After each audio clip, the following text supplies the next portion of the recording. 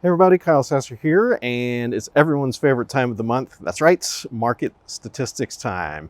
These statistics are for Pinellas County for March 2022. A little bit different location today. That's primarily because I am doing an inspection today. So thought this would be a great time to knock out these real estate stats for you.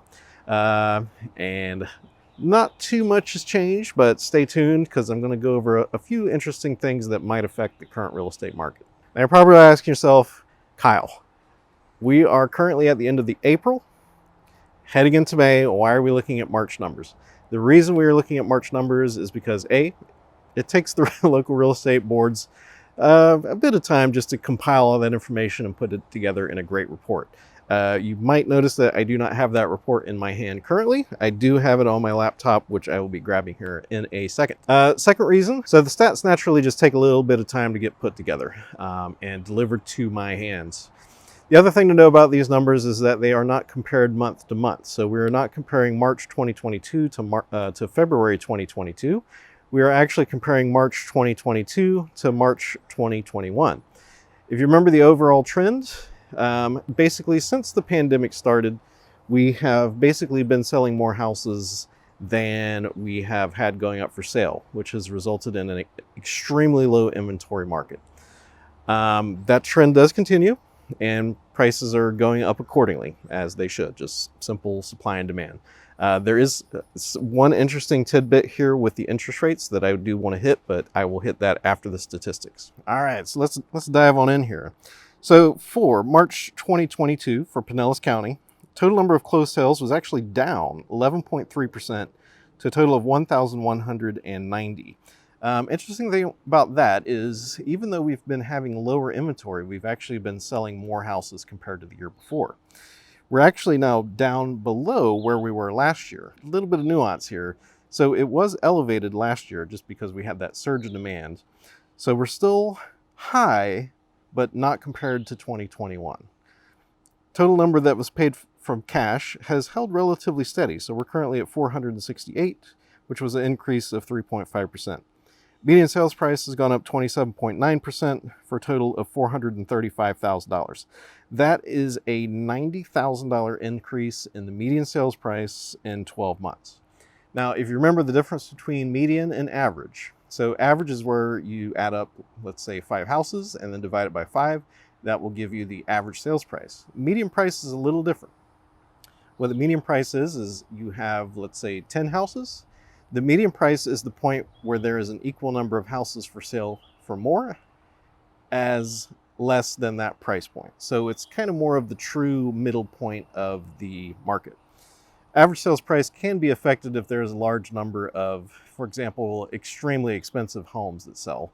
If there's more than the normal amount of like $10 million homes that went up for sale, that can greatly affect that average sales price. So I usually pay more attention to the median sales price. Total dollar volume is up 6.5% for a total of $690.7 million. And that's held pretty steady. Anytime anything is like, 0 to 5% plus or minus, I kind of say that, that's basically holding steady. So this is telling us that demand is holding steady. Total dollar volume has gone up a little bit, but we're relatively holding steady. But the median sales price has definitely gone nuts, like up 27.9%.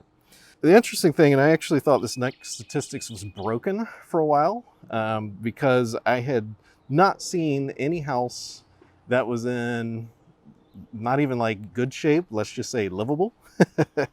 I have not seen a livable house go and complete a sale for less than the asking price in months.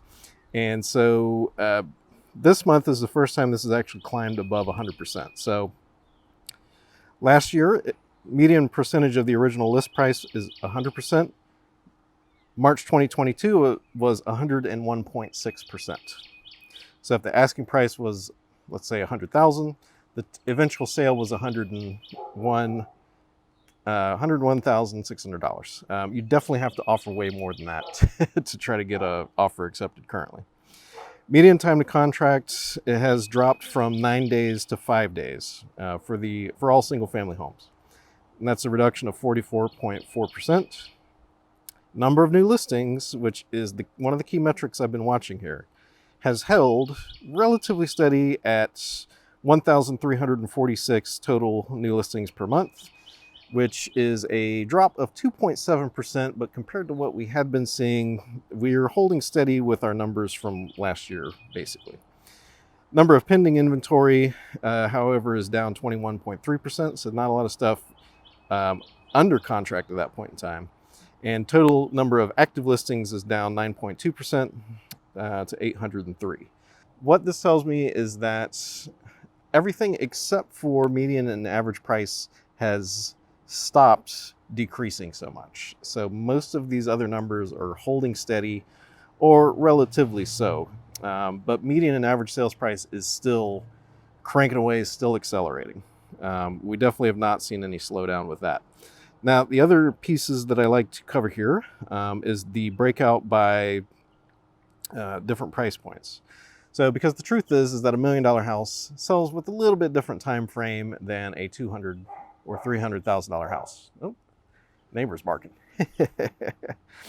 So, and I'm not going to hit every one of these. I'm just going to hit the high points. But basically, Pinellas County, there was nothing under $100,000 that sold in March 2022. Zero. There was no homes that sold under that price point. Now, there might have been some condos or some mobile homes. I can tell you those were also pretty few and far between. $100,000 to $150,000 is down 80.5% for a total of 8 sales. And then once you get to like 150 to 200, that's when you start to see more homes. So, but the 150 to 200 mark is down 67.4% to 28. 200 to 250 is down 72.3% for a total of 49. So that is a huge drop. There's 2/3 less houses for sale in that 200 to 250 mark than there were last year. Now, the interesting thing here is 300 to 400 has actually held steady at 315 homes sold, which is just an increase of 1.3%. But then when we hit 400, 600,000, we have 47.3% more of those that closed last month for 380. And then that holds steady all the way through $1 million. Median time to contract is down across the board. Nothing is really taking longer to sell. I'll just give you a couple examples here. So 250 to 300,000 is down 33.3% for a total of 6 days. And then looking at our total inventory, basically kind of sticks to that same story. So 400 and under now, there's fewer for sale than there were last year. 400 and up, there's quite a bit more. So 200 to 250 total inventory is down 64.7% for a total of 30. $300 to $400,000 was down 19.8% for a total of 146. 600 to 1 million is actually up 8.4% for a total of 142. Last page here, don't know if you can see that, is the doom and gloom page. So what this is short sales and foreclosures. Total number of foreclosures is down 71.4%. Short sales are up 100% to a total of 4 from last year's number of 2. So that's the statistical numbers. Let's talk a little bit about interpretation here. So, because there's been a lot of stuff in the mix the last couple of years. You know, pandemic, everyone kind of changing where they want to live, prices going up and up and up. Currently, the main thing is that I'm keeping an eye on is 2 pieces. One, interest rates. Interest rates have climbed from 2.5%, which is what they were back in October, November, December. You could still get a 2.5% loan. Currently, interest rates are at 5.8%. That is an extraordinary change in such a short period of time. Hasn't shown up too much at least in the stats, so far as lower prices. But as interest rates go up, that should have a cooling effect. If we're looking at historical trends, we are definitely above the 10-year high. So really this is the highest interest rates have been since before the financial crisis of 2007, or whatever year you want to use for that. Back in 2000 to 2002, interest rates were 7 or 8% for 30-year fixed, which is also the reason why people were using ARMs or adjustable rate mortgages, which was also kind of a contributing factor in the economic meltdown of 2007. I have seen a little bit of a resurgence in adjustable rate mortgages since the interest rates have climbed so high. Primary reason why is because if you are looking at an interest rate of 5.8%, or you can get an ARM with a short-term interest rate of 3.5% for, let's say, 2 to 5 years, you can kind of roll the dice on that. The market's going to calm down and the interest rates will come back down to a more manageable level. Definitely not guaranteed by any stretch of the imagination, but that is currently a lot of the mindset that is out there. The other thing to know with interest rates is, roughly speaking, the rough rule of thumb is that if there is a 1% increase in interest rate, your effective purchasing power drops by about 10%. So I do have a lot of buyers who were able to qualify for a loan and look at houses to purchase as recently as like January, who now are not able to find a house that they can afford to purchase. So they have effectively been removed from the buyer pool. Where is this going to show up in the stats, and how long is this going to take to play out? And is it even going to have a measurable effect on demand and the market? The thing with real estate is it takes a long time for these things to have a major impact. If you go back through my videos, you will see that I mentioned the first criteria or conditions that would cause this current inventory crunch. I mentioned that all the way back in like July or August of 2020, whenever we got the statistics that all of the buyers had come back to the market in June 2020. It didn't actually really affect the market and prices too much until February or March of 2021. And that was only on a few select houses. It didn't really kick off until, like fall 2021. And then it's basically compounded to where it's at now. So from this current interest rate change, if that is going to be the thing that breaks this current market trend, it is going to take a very long time, probably 6 to 18 months if I had to guess. And what I'm keeping an eye on is I'm keeping an eye on, so the sales price, the average sales price and the median sales price, that is going to be the last indicator to change, because the people are going to hold on by the fingernails to try to get the highest price possible. That is just going to be the natural tendency of every seller. Where that is actually first going to show up with, I believe, is probably going to be the time to contract. If we see time to contract starting to increase from that 5 to 6 days, and that's the average. So that means a lot of stuff is going under contract before 5 to 6 days. If that time to contract starts to get longer, then we should eventually see that median and average sales price come down as the inventory builds as a result of that longer time to contract. So it's so basically we have, like, once that time to contract starts to expand, from that point we probably have 3 to 4 months to see an actual slowdown in housing prices. And I'm not trying to doom and gloom. This is just how real estate works. It works that slowly. So with this potential trend change, what I'm looking for is time to contract. When I start to see that go up, then I'm going to keep an eye on the inventory. We should build inventory eventually.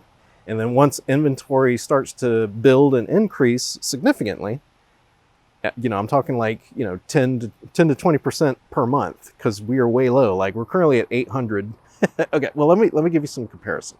So historically, time to contract usually hangs out, 30 to 60 days is normal time to contract. Currently, we're at 5. So we definitely need to build up to, quote unquote, normal market conditions there. Once you get up to that number, then we're going to see inventory build as it takes longer for houses to sell. And so we'll have new listings come up, but there's also the other houses that are still for sale and all that stuff. Right about that time when inventory starts to build, we're also going to see all of the multiple offers decline as well. And then once we're past all the multiple offer stuff, then that's when we will actually see housing prices, average and median housing prices start to hold and not increase 27% in 12 months.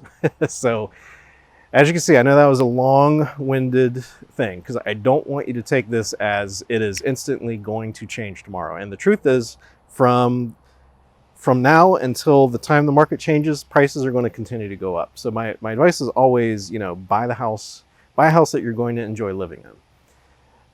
And if you are trying to time the market, it is extraordinarily impossible to try to do that. So, just make the best housing decision that you can. I never believe it's a bad idea to buy a house that you love. And I'm keeping an eye on it. I have not seen any stats currently that indicate that there's anything that's immediately going to happen in the next 2-3 months. The only thing that can move something that fast is going to be complete economic collapse or probably war. Pandemic did it, but it only did it for 2 months, and then everybody came back, and that's where we're at right now.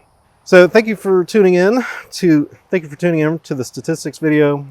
This is Kyle Sasser coming at you from a inspection here. It's actually getting a little warm outside. I should have probably done this a little earlier. But yeah, if you're looking for help finding your own great place here in Tampa Bay, I'd love to help you out. You reach me via phone at 813-323-7396. If you prefer email, you can find me at kyle@sassergroup.com. Also, feel free to leave a comment down below or a question. If you have something you want me to take a look at or think I might have missed something here, please feel free to hit me up. Other than that, not a lot of great news, but there is some things out there that could potentially shift the market. So I'm definitely going to keep an eye on that, and be sure to subscribe so you can see if that does actually transpire. Other than that, thank you for tuning in, and I'll talk to you soon.